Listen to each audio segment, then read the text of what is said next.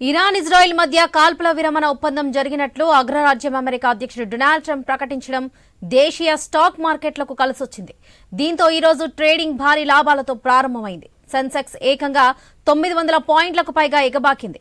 Nifty 25,200 mark దాటి trade అవుతుండడం విశేషం.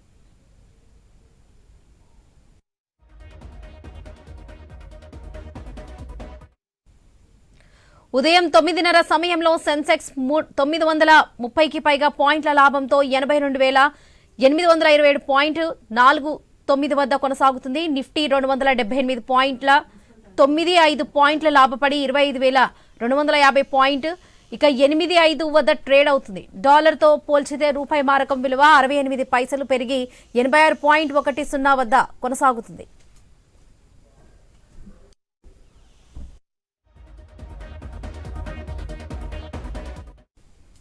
ఈ రోజు ట్రేడింగ్ లో అన్ని రంగాల స్టాక్స్ రాణిస్తున్నాయి. ఆటో, బ్యాంకింగ్, ఎఫ్ఎంసీజీ, లోహా, ఐటీ సెక్టార్ సూచీలు 1% పైగా పెరిగాయి. రియాలిటీ, హెల్త్ కేర్ రంగాల సూచీలు సైతం లాభాలు పయనిస్తున్నాయి.